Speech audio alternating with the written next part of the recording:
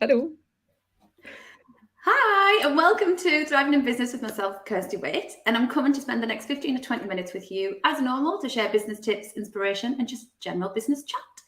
So today I'm joined by the gorgeous Nikki Simpson, the founder and Hi. director of the International Magazine Centre. Welcome along, Nikki. Hi, how are you? I'm good. So nice to have you here. Thanks. Nice to be here. Thanks for inviting me. Anytime. So, just for those listening, do you want to briefly explain what it is you do for Yeah, those that don't know you? yeah, sure. So I'm the founder and director of the International Magazine Centre, which is an organisation that's been set up to support small businesses working in and around magazine publishing.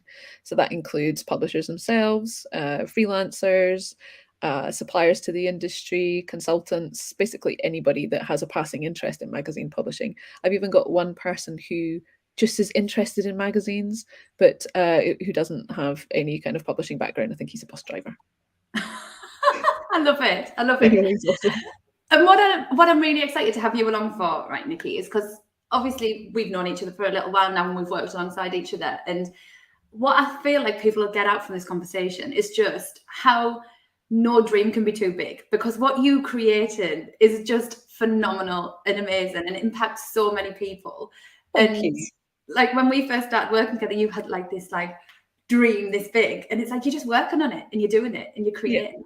And I Yeah. So the long-term plan is to open a physical building dedicated to magazine publishing. And this came out of an idea from when I did a little bit of work experience in my last role.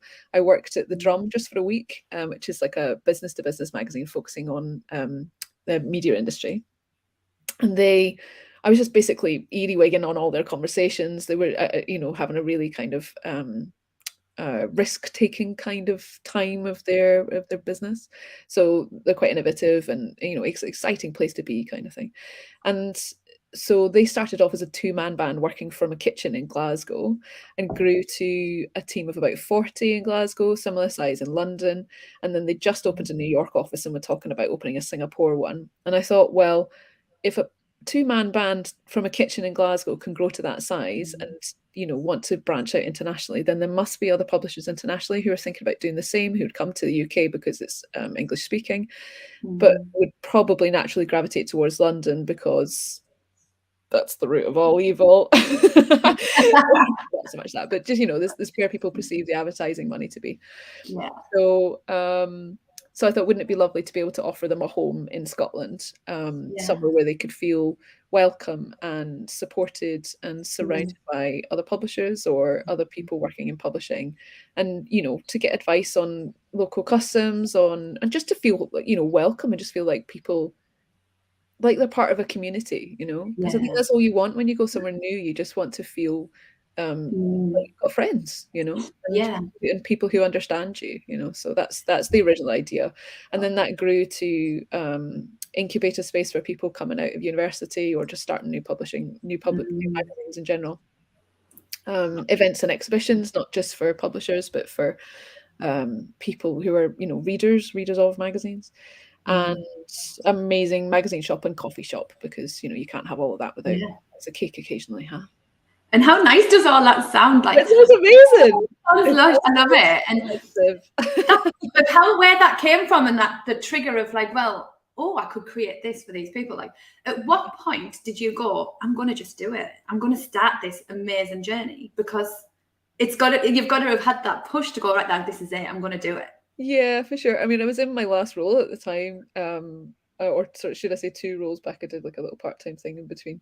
Um, and I'd had the idea, and I knew that as soon as I started talking about it, I had like that was it was going to have to happen.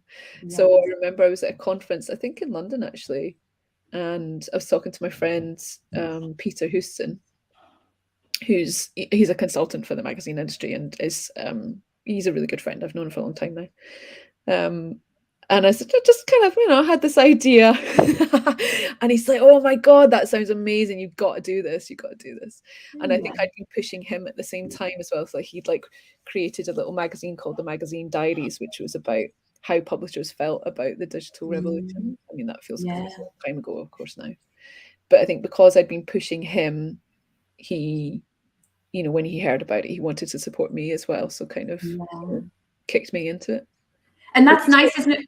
When you start putting stuff out into the world and the yeah. universe and you get that reaction, it Mhm. spurs you on and it's like, oh, there's something in this, isn't there? Like it's not just your dream. It's like you can see that other people get excited by it.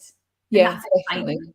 Yeah, and I think just actually just getting things out into the universe in general, Mm, you know, yeah. I've been thinking about this a lot recently. I had the most amazing lunch meeting the other day with one of my patrons, and we were just, I think it was kind of quite unexpected. I'd imagined that we were just going to talk about, you know, magazines and what we were both up to, but actually it became really existential, and we started talking about um disconnection from nature and things like this. And I just kind of thought if we'd Mm, never had this conversation, then that would have just been something that kind of gone round in my mind forever. And so just putting things out there, you know, I don't know what will come from that, but just that kind of serendipity of meeting people and networking and it's talking to the people all the time, and you know, getting your values out there, telling people what's important to you, I think It's is the momentum, isn't it? I think once you've put it out there, it just sometimes there's no going back, is there? yeah, Like once you start telling people and talking about it, they talk about it, they tell people, and then it's like creates this momentum of like before you know it, you're like, oh my God, I'm doing this. Like, oh my yeah, God, it's out there. And I think you become so much more open to opportunities and people then start referring you for these opportunities because they know that's kind of what you're in line with, and it's just the knock-on effect of just actually saying something out yeah, into the universe for yeah. sure.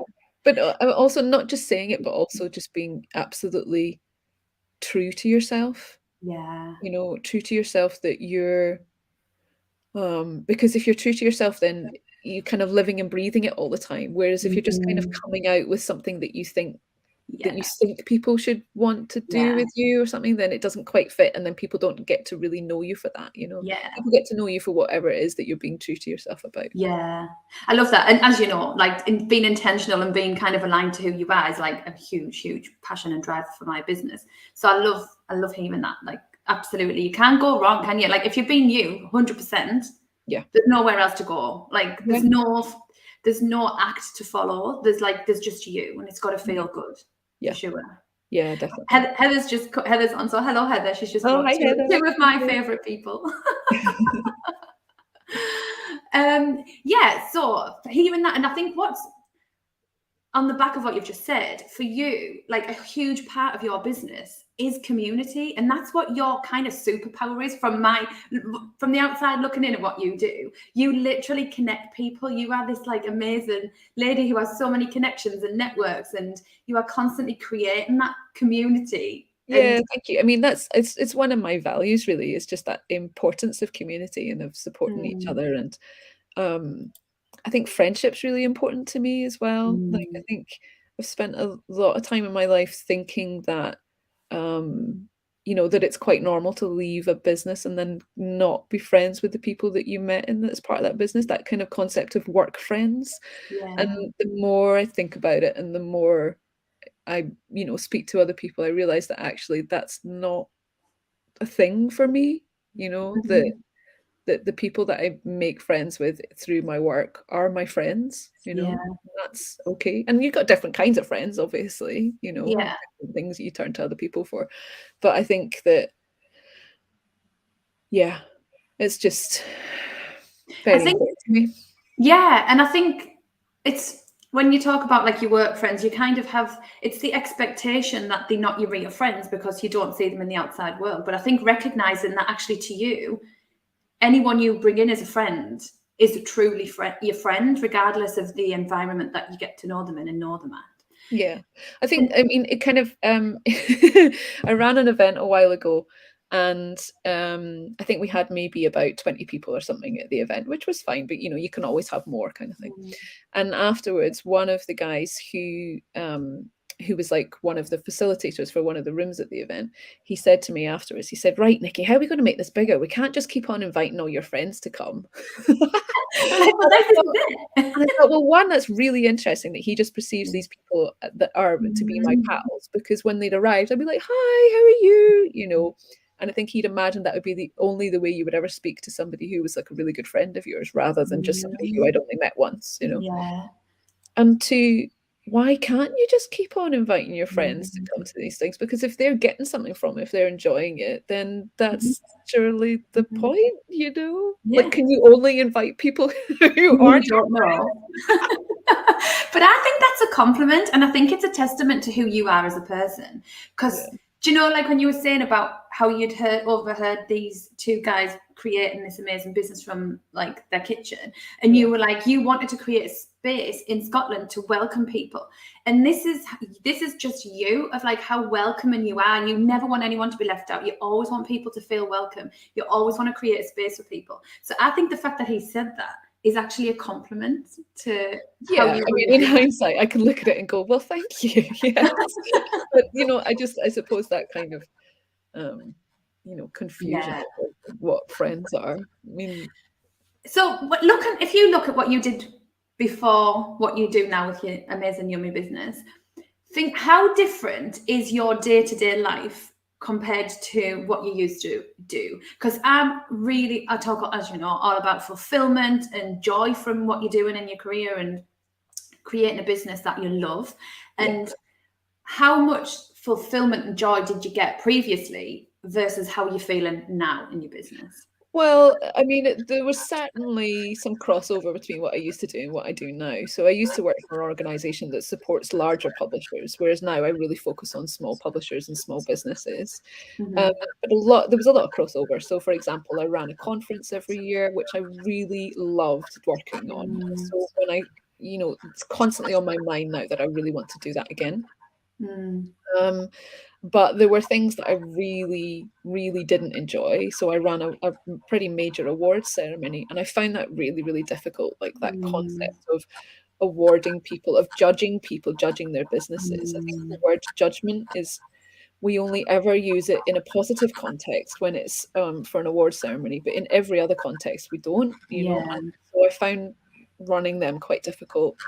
A lot Mm, of people who didn't win, I think that was really bad for their staff morale. And to know that I'd kind of instigated that essentially, I found that really hard as well. yeah. So I'm really glad to leave that behind, and I'm really glad to only work on the positive stuff and to, work with a much more kind of honest perspective. Yeah. How intentional are you about leaving that negativity? Like, did you go through a stage of thinking, I've kind of got to do that because that's what I've know, or were you just off from the off, I know what I want to create? No, well, I mean, it was a major part of the business proposition for me in my last role. So, I mean, but yeah, I mean, I very consciously, when I left that role, that was one of the reasons. I'd had a baby, I'd come back and I'd kind of gone, do you know what? I don't want that to be 6 months of my life anymore, or Mm, maybe not, maybe mm, more like 4 months of my life. I just wanted mm, it to be um, much more about the love and joy and passion and mm, the talent that's involved in my mm, just yeah. supporting each other. A lot Yeah. of the businesses that I work with are very, they're people who are just like one-man bands or two-man bands, and they're working from home, and they're often just talking to their cat or their other half all day. So, just giving them that outlet to be able to talk to other Yeah. people is really important. Yeah. And you mentioned earlier about your values. And so talk to me about what are your values first up, and how do you ensure that you're living those values within your business? So, I think, I mean, we talked a bit about friendship, so we've talked about that, but I think something that's really important to me is really kind of removing hierarchies in business. Kind of Mm, goes back to that same kind of thing about the awards and so on. It's like that kind of putting people on a pedestal or saying that one person's better than another or whatever, and that mm, has a knock-on effect for people's confidence, I think. So for me, one of my values is really, trying to help people build their confidence and trying to mm. make them recognize that actually they might be a small business, but they're just as valuable as any other organization. Yeah. And I think the way that the kind of working world is changing right now, there's so many more of those smaller or micro Oh, organizations millions. starting out. Yeah, And there's a huge need to create kind of a platform for them to feel that they welcome yeah, rather than if you're not this big organization, there's no place for you here. And I do feel like we have to adapt. And I do feel like that's a bit of a movement in general in the wider business scene right now. Yeah, definitely. I think, I mean, I started focusing on small businesses at the start of the pandemic because I realized that was when people really needed it most, Yeah. And that's been transformational for my business, just kind of going, okay, well, actually, where I can have most impact, where I can get most joy from this job is supporting people who genuinely need it, Yeah. and who really miss working as part of a team. We had an event yesterday where the guy who we were interviewing talked about the relationship he had with somebody he worked with years ago. And it really made me think, God, I miss working as part of a team. It's just so nice to have like people all on the same page, all kind of working towards a similar goal, So that's one of my objectives for the year. I'm really hoping that by maybe August, I might have somebody actually employed beside me. So that's really Ooh, exciting. We'll get there. that is really exciting. I That's know. awesome. I mean, it's a pretty amazing year for me, actually. So, Yeah. as of the end of next week, I've finished up doing my freelance work, which I've been doing solid for about the past 3 years, and I've loved working for that in that role. But it's been such a big kind of attention puller for me, trying to take over for my own business. So, Yeah. I'm really, really excited to finish that up and see what comes out of that. I suppose see what comes out of that headspace. Yeah, that's amazing. And I think actually parking that freelance piece full time is like now you've got that whole creative headspace to go like, this is my main focus. Like you're fully absorbed. And the fact that you're then thinking of getting someone to support you in that is just like amazing. It feels really exciting. Really exciting. I can't wait. So I'm so excited for you. So looking back on little Nikki, if you were to give your lovely, wonderful younger self one piece of advice, because if you think of where you are now, you've stopped your freelance work, you've grown your business, you've got this amazing community, and obviously it's not always been like that. You go through hard times and struggles. So if you were to look back to your younger self, like what piece of advice would you give that younger Nikki? I think, excuse me, I think mostly just around following what you feel is right for you. Push, like, especially when I was younger, I had a lot of peer pressure to, be a different person, to to do different things that I wasn't actually that keen on. And so it's nice to feel now that that I can work with who I want to work with, that I can follow my own values and know that those values are what's driving my business as well. Yeah. I think, I mean, maybe that's just the joy of working for yourself, huh? You can always choose what you want to do. But and maybe that's why I love working with small businesses, because it's often one-man bands or two-man bands, so they know exactly what they want to do and they know how they're going to get there, or they know what the place that they want to get to, at least, whereas I think maybe larger businesses are, there's just so many stakeholders. So many other people to please. That's right, I want to do that. It's my choice. And I think, do you know though, it's having the confidence to go, I'm the creator of my business and I'm going to do it in a way that feels good, because not everybody has that courage to do that off the bat, and I think a lot of people get stuck in that headspace of what you said, of doing things that they kind of think they have to do or following it takes time to discover what that thing is, it though. does. I couldn't have just woken up when I was 18 and gone, well, that's what I want to do. That's obvious. There's a path to get there, So I feel really lucky, really blessed to know where I'm going and what I want, that's what I want with my life, Yeah. I love it. I love it. It's quite frightening as well. It's that kind of feeling of, well, I don't have an exit strategy because this is my life forever. I don't want to exit it. I don't want to exit strategy. This is it. I love it. But you never know how your opinions might change, huh? I mean, I think certainly until I retire. But I mean, the way my mind works at the moment is, well, why bother retiring? I might feel differently in 20 years. Yeah.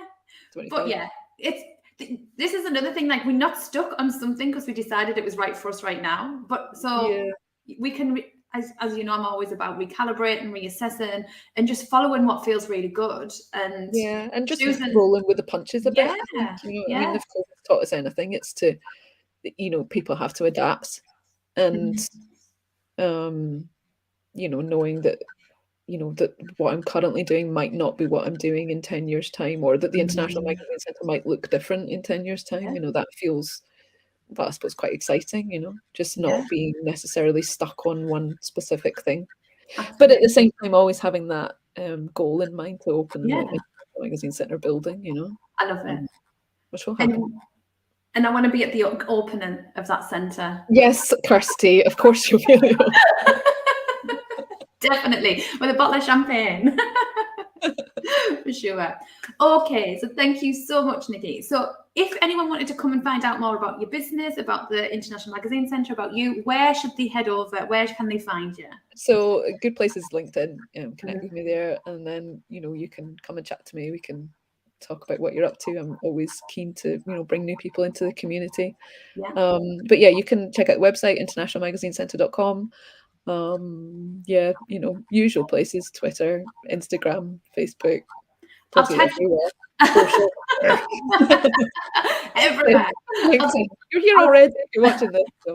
I'll tag you in the comments so people can come and find you on LinkedIn, then they can find the rest of your social media from there. Okay. But thank you so much for joining me, Nikki, and it's been really interesting hearing your thoughts and hearing about all the exciting stuff that you've got going on. So thank you so much. Okay, no problem. Good to talk to you. Thanks for inviting me. Bye. Bye.